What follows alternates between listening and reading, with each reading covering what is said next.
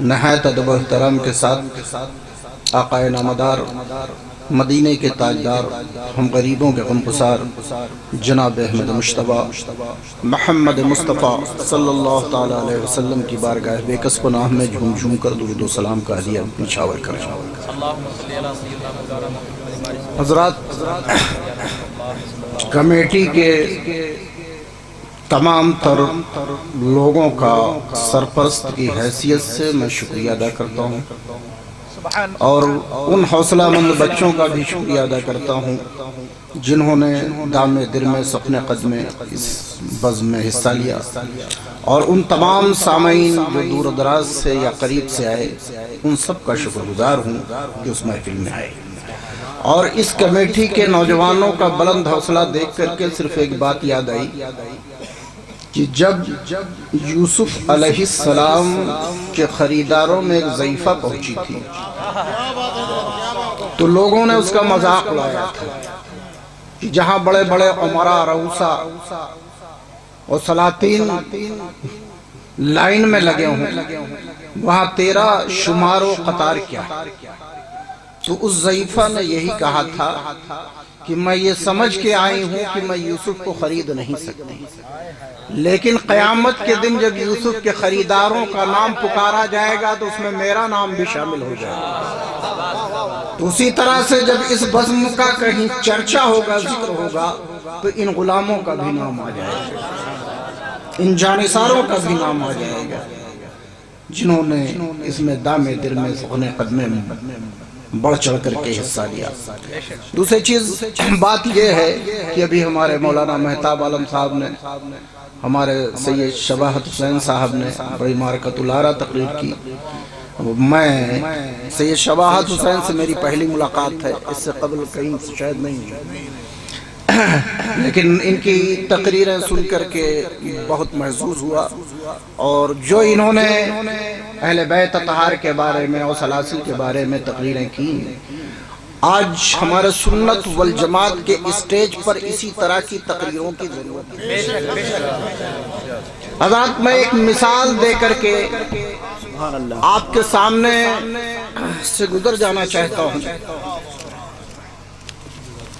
کہ آج یہ مشہور کیا جاتا ہے کہ حضرت سلطان سید اشرف جہانگیر سمنانی رحمۃ اللہ تعالیٰ علیہ نے صرف سلسلہ اشرفیہ چلایا۔ دوستو، بہت کم لوگوں کو پتا ہے کہ حضرت مخدوم اشرف جہانگیر سمنانی رحمۃ اللہ علیہ صرف سلسلہ چشت سے ہی نہیں بیت تھے، اور وہیں سے آپ کو اجازت خلافت نہیں ملی تھی، بلکہ حضرت مخدوم اشرف جہانگیر سمنانی رحمۃ اللہ علیہ نے سلسلہ قادریہ سے بھی اجازت و خلافت لی تھی۔ علامہ جلال الدین بخاری رحمۃ اللہ علیہ سے آپ نے اجازت و خلافت لی تھی۔ اور آج میں یہ کہنا چاہتا ہوں کہ جو لوگ آج سلسلہ قادریہ و اشرفیہ کو الگ کر کے اور الگ الگ پہلو سے دیکھتے ہیں، وہ شاید سنت والجماعت کے ساتھ انصاف نہیں برت رہے۔ میں ایک مثال دینا چاہتا ہوں۔ محمود غزنوی کا ایک بڑا پیارا غلام تھا، اس غلام کا نام تھا ایاز۔ ایاز سے محمود کسی بات پر خوش ہوا، اس نے کہا ایاز، آج جو کچھ تو مجھ سے مانگے گا میں تجھے عطا کروں۔ ایاز نے کہا، اے شہنشاہ وقت، مجھے نہیں چاہیے۔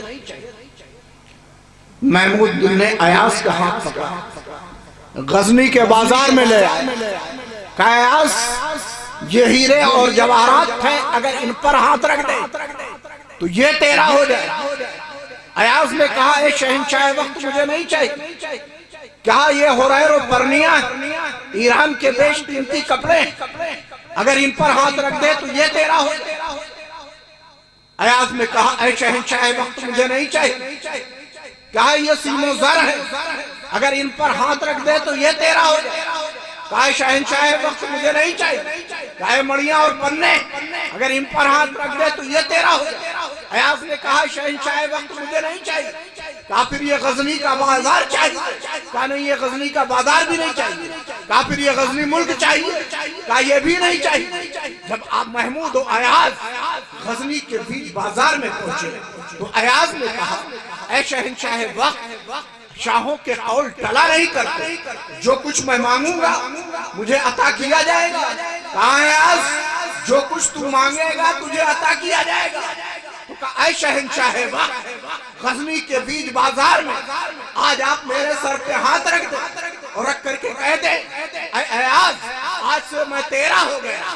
محمود نے ایاز کے سر پہ ہاتھ رکھا اور کہا اے ایاز آج سے میں تیرا ہو گیا۔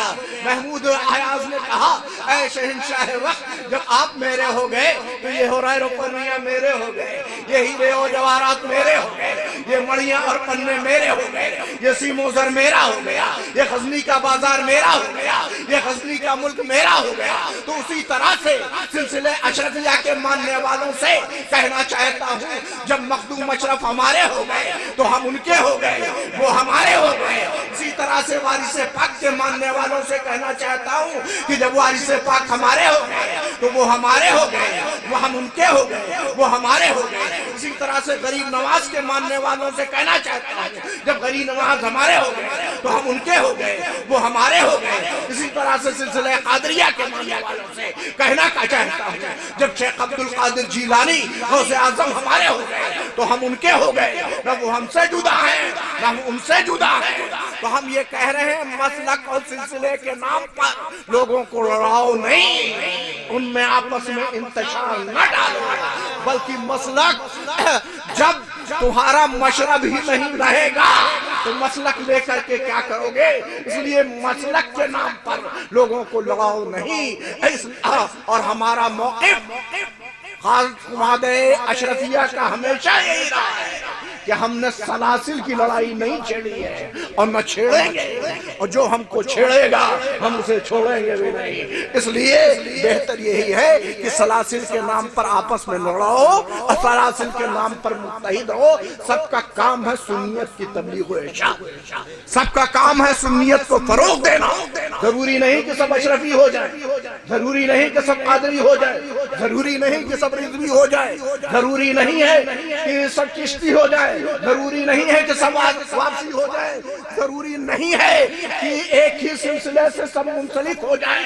میں صرف مثال دے کر کے بتانا چاہتا ہوں، جیسے ایک درخت ہے اس کی مختلف شاخیں ہیں، اسی طرح سے یہ سلاسل ہے، ان کی مختلف شاخیں ہیں۔ جس شاخ سے بھی چاہو گے فیض حاصل ہوتا رہے گا، جس شاخ سے چاہو گے فیض ملتا رہے گا۔ سلطان مخدوم اشرف جہانگیر سمنانی رحمت اللہ تعالیٰ علیہ کے دور کی بات ہے کہ حضرت مخدوم اشرف جہانگیر سمنانی رحمت اللہ تعالیٰ علیہ کو جے پال جب مشرف با اسلام تو اس نے کیا کیا کہ پارس پتھر دیا۔ پارس پتھر سمجھتے ہیں کیا ہے؟ پارس پتھر وہ ہے کہ حضرت مخدوم اشرف جہانگیر سمنانی رحمت اللہ علیہ کو پارس پتھر اس نے دیا، اور اس میں پارس پتھر میں یہ ہوتا ہے کہ اگر لوہے کو چھلا دیا جائے تو وہ سونا ہو جاتا ہے۔ حضرت مخدوم اشرف جہانگیر سمنانی رحمت اللہ تعالیٰ علیہ نے کیا کیا کہ اس پارس پتھر کو اٹھا کر کے نیر شریف میں ڈال دیا۔ کمال کو بڑا افسوس ہوا، جوگی درپن ناتھ کو بڑا افسوس ہوا، اور جب مشرف با اسلام ہو گیا تو حضرت نے اس کا نام بدل کر کے کمال رکھا۔ تو اس کو بڑا افسوس ہوا کہ اتنی قیمتی چیز جس سے میں اپنی پوری چیلا منڈلی کا 5000 چیلے تھے اس کا خرچ چلاتا تھا، آج وہ میں نے اتنی قیمتی چیز حضرت کو دی، حضرت نے اٹھا کر کے اس کو نیر شریف میں ڈال دیا۔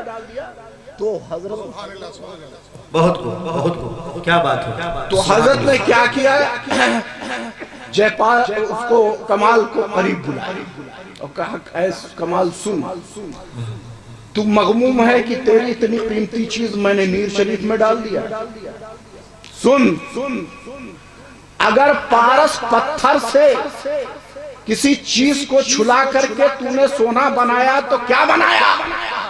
ارے تو خود پارس پتھر بن جا، جس کو چھو دے سبحان اللہ، سبحان اللہ، نعرہ تکبیر، نعرہ رسالت، پیر طریقت، راہبان راہ شریعت، گلے گلزار اشرفیہ، فیضان مخدوم، فیضان مخدوم۔ تو سلاسل کے خلفاء سے کہ میں کہنا چاہتا ہوں، سلسلے کے لوگوں سے کہنا چاہتا ہوں کہ